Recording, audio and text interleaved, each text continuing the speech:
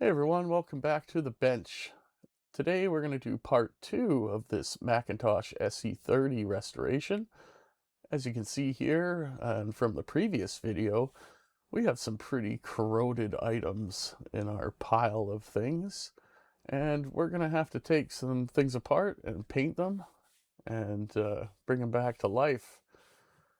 So let's get through this process and get this Macintosh working again.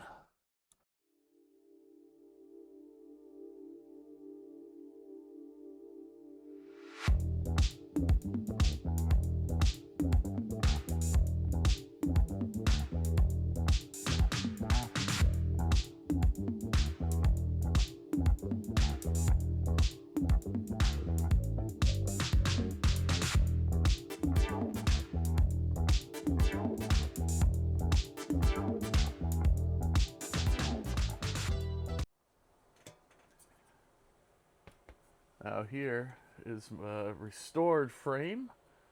I sanded this down. It's not perfect, but as you can see, all the rust and corrosion is gone. I used a Rust-Oleum cold galvanized paint on this, and it turned out really well. I like it. It looks great. All that rust gone. That was me die grinding it quite a bit though. Spent a while on this. I actually did 3 of these at the same time, and I did the drive caddies as well. So this is ready to assemble. I also cleaned out the face here. Got as much as I could, but it is stained quite a bit from the alkaline that leaked out, and that's not really coming off. I scrubbed and scrubbed as much. I used vinegar to dissolve it, and I think it's just kind of damaged this paint that's on here. It's almost like it's an RF shielding, like a metallic kind of weird paint that's on here. So it's damaged it, and there's a bit of rust spots, but you know, it is what it is. This isn't the cleanest plate anyways. There's all kinds of scuffs on it, so I'll get that off with alcohol. I think there was a little crack on this one.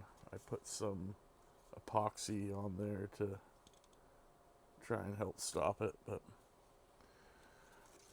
anyways, we can start putting this back together and maybe do a couple little modifications to this thing. Get it booted up. Let's start with the CRT. It's a little wet still because I just gave it another wipe down.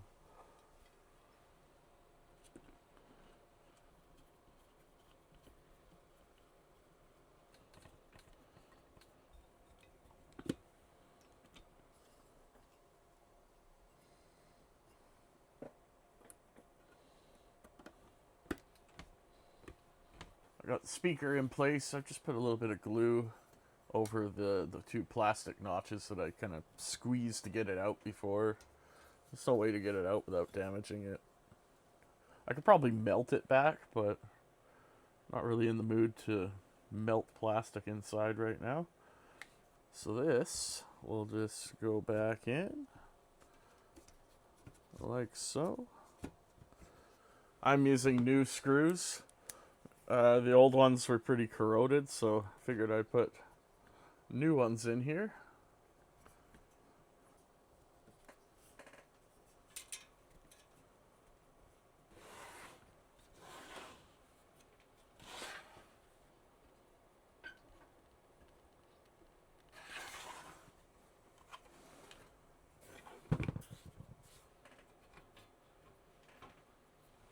These ones have a much wider head to them, which looks a bit different, but they're the same gauge and thread as the originals, which is what I want. Okay, so the analog board that was in this had a lot of corrosion on it. It had a lot of alkaline. The power supply took the brunt of it and just absorbed it all. And it went all over the board. corroded all the metal on it. So this is not the same one. This is from an SE parts Mac.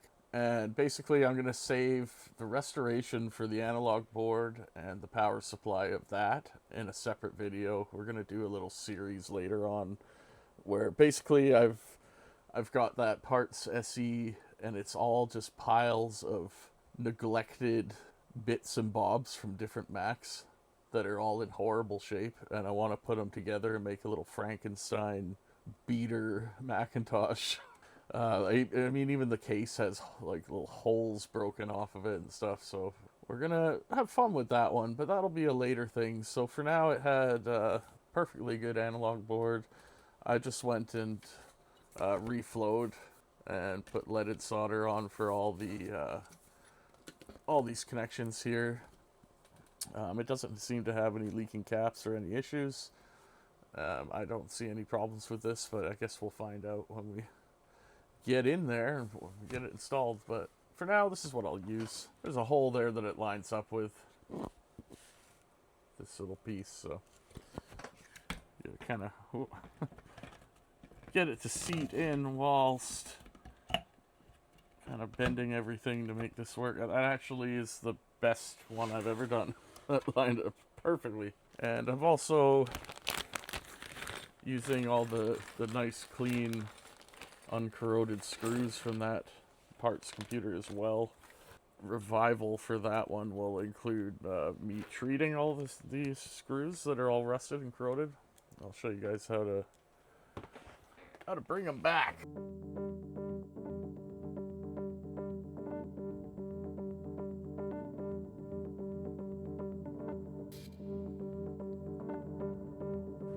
We're going to do the same thing with the power supply. It's from that donor SE as well, because I want to save the other one for another video. It does have a little bit of corrosion on here, but not a lot.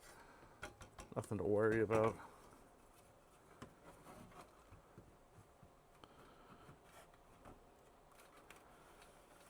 This can be a bit tricky to get in. I should have plugged this in before I bolted the board down.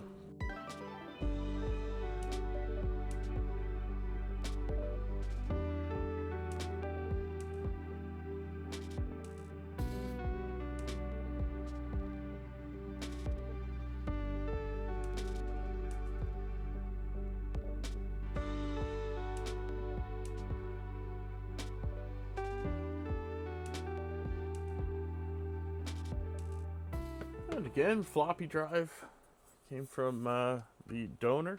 Just the more I do this, the more it reminds me of how interesting that little video series will be later on.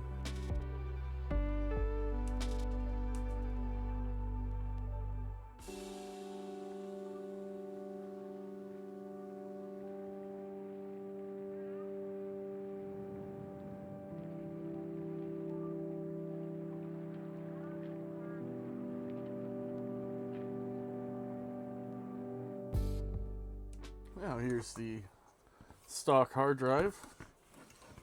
I like to leave this in because it has the original drive, even though I'm not going to use it. I'm going to use a blue SCSI. So I'm going to leave this in here so it has its original drive for monetary values. We'll tuck the original LED away. And I've got this blue one that's gonna go, it's gonna plug into the blue SCSI and just give it that little aesthetic people seem to like. So this should just slide right in. Get that out of the way. There's a couple tabs that slide into the floppy adapter. There we go. And then we've got two screws that are a little hard to get to.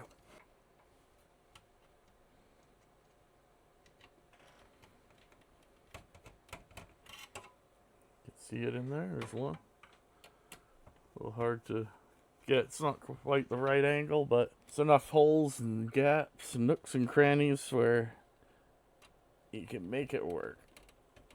Well, I ended up taking the hard drive out because my blue SCSI won't fit. I found this new 3D printable mount for the Blue SCSI, which is so much better because it actually sticks out through the case and fills the hole. Makes it almost flush with the case so you don't see all this ugly stuff. And I thought because it sticks out farther that you'd be able to fit the original hard drive in as well. Unfortunately, you can't. There are other methods to mount this internally and keep the hard drive, but I like having this back port where you can swap the SD card. I guess you could do like a remote SD card with a ribbon cable and a different printable bracket, but I don't have any of those, so this is the way I'm gonna do this. So with this one, it just fits through here. I'm gonna have to take the bracket off to do it. That works a lot better.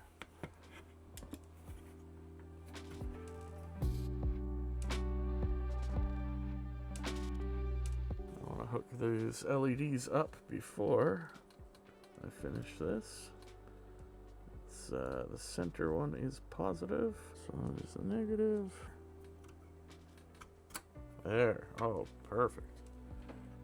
I like that.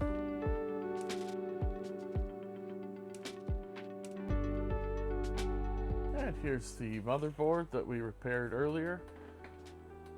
I've got a coin cell battery insert here, which all bought from the same guy. I'll actually put some links up where I've got the purple RAM. So we've got 64 megabytes of 16 megabyte sims here. I've also got the purple ROM, which is fully customizable if you want to do it. It's 2 megabyte ROM, which has 2 megabytes of storage.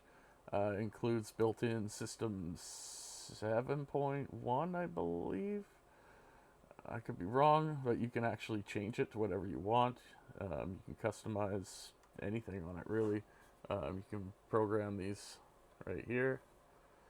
I've also got these supports in, because nowadays a lot of these ROMs and RAMs, including this RAM, the PCB wafer is not, it's metric and it's not imperial like the old ones were, so it's just slightly off. So these 3D printable clips here help hold it in. There are some you can get for the RAM, but I found they do not work. So there's actually, if you see that there, little shims printed on flexible PCB. Jurassic Computing, that's who I bought all this from. RAM shims, and they fill the gap and allow these to work so they're not moving around and causing issues. So it's a nice little combination to have. That's going to spruce this thing up. We're going to have 32-bit clean ROM. We're going to have all this extra RAM. We'll have PRAM battery. We'll be good to go. So let's get this installed. So plug the speaker in first. Makes life easy. Let's get this side in first. Line these up. Sure everybody knows how to do that. We're in like Flynn. I'm actually going to remove this rear bracket for now. With my Blue SCSI on it. And we'll plug these back in. There's no good angle for you guys to see.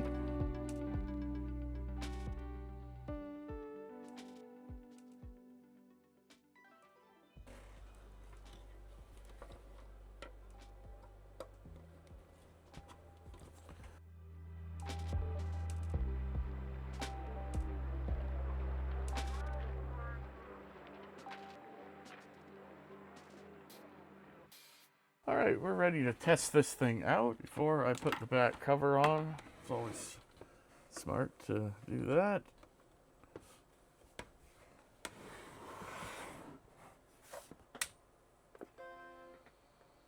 Oh, I like the sound of that. We have to do some video adjustments. Oh, definitely. I haven't put an SD card in yet. These are made of ceramic. Because we're putting these in to these coils, and if we put metal in or even put our finger near it, we will cause interference. Oh man, this is a nice screen. There's really no blur or burn-in on it. My width is going to be a problem. Can I come in from the top? Not only with the interference with the metal in these, but you'll also cause the chokes to shatter with metal, or you run the risk of it. I'm finding that these ones are not deep enough to get in there. So when in doubt, just use a wooden paintbrush. It's not very bright, but we have adjustments for that as well.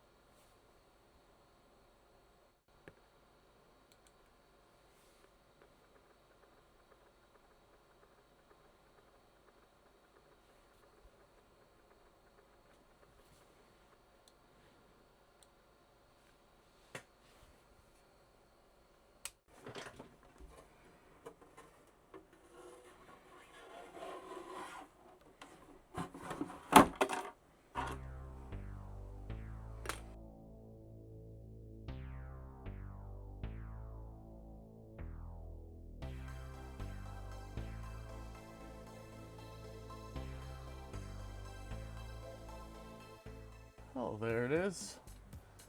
Still got quite a bit of cleaning to do. Stickers that I've removed, but you know, this case, while it has no cracks or breaks, there's a lot of little scuffs. But all in all, pretty good. This turned out pretty nice. It would be nice to have these gaps filled out a little bit more. I can edit the file for that, but I do like this way better. It's flush instead of seeing a metal bracket back there. But yeah, this thing's going to be a lot of fun to play with, and hopefully it'll go to a good home at some point.